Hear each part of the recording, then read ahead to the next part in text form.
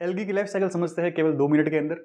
Algae की adult condition की बात करें हम तो देखो हम कहते हैं कि ये पूरी की पूरी बॉडी कैसी रहेगी, हैप्लॉइड बॉडी रहेगी। अब इस हैप्लॉइड बॉडी के अंदर हम कहेंगे कि जो स्ट्रक्चर बनेंगे, जो जो यहाँ पर सेक्स ऑर्गन बनेंगे वो भी कैसे रहेंगे, हैप्लॉइड। तो एंथीरिडियम जो है वो मेल सेक्स ऑर्गन हो गया और ऊगोनियम जो है वो हो गया फीमेल सेक्स ऑर्गन। ये हो गया फीमेल सेक्स ऑर्गन। अब इनके अंदर क्या होगा, इनके अंदर माइटोसिस होगा। कौन सा डिवीजन होगा, माइटोसिस डिवीजन होगा। और माइटोसिस डिवीजन से क्या बन जाएंगे, एंथ्रोजोइड और एग सेल। एंथ्रोजोइड कहां बना, एंथेरिडियम के अंदर। एग सेल कहां बनी, ऊगोनियम के अंदर। अब ये जो प्रोसेस है जिसमें माइटोसिस डिवीजन हो रहा है उसको हम बोलेंगे गैमेटोजेनेसिस, क्योंकि यहां गैमेट बन रहे हैं तो ये हो जाएगा गैमेटोजेनेसिस। गैमेटोजेनेसिस।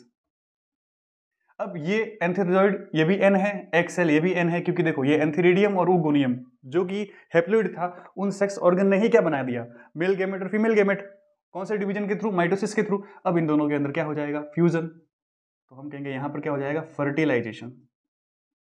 ये फर्टिलाइजेशन हो गया। और फर्टिलाइजेशन होने पर हमें कौन सी स्ट्रक्चर दिखी, जाइगोट। जाइगोट कैसी स्ट्रक्चर है, 2n, इसको बोलेंगे हम डिप्लॉइड स्ट्रक्चर।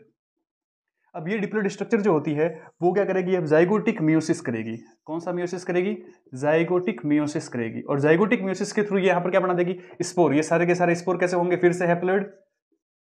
और यही हैप्लॉइड जो है वो यहां पर जर्मिनेट होंगे, इनका जर्मिनेशन होगा और जर्मिनेशन के थ्रू वो क्या बना देंगे, एडल्ट। अब आप देखो तो ये जो यहाँ पर पूरी स्टेज दिख रही है, स्पोर से लेकर के और ये एंथेरोजोइड और एग सेल तक, ये यहाँ से लेकर के और यहाँ तक की ये वाली जो पूरी स्टेज है, इस पूरी स्टेज के अंदर हमको कौन सी स्ट्रक्चर दिख रही है, हैप्लॉइड स्ट्रक्चर। तो हम कहेंगे कि मेजर जो लाइफ साइकिल का पार्ट है एल्गी के अंदर वो हैप्लॉइड होता है। तो हम कहेंगे ये क्या होगा, हैप्लॉइड लाइफ साइकिल होगी इसकी। इसके अंदर किसी भी टाइप का कोई एम्ब्रियो बना, नहीं बना, तो हम कहेंगे कि ये क्या है, नॉन एम्ब्रियोजेनिक है। और ये जो पूरी स्ट्रक्चर है ये पूरी की पूरी कौन सी है, हैप्लॉइड। तो हम इस पूरी स्ट्रक्चर को क्या कह सकते हैं, हम इसको कहेंगे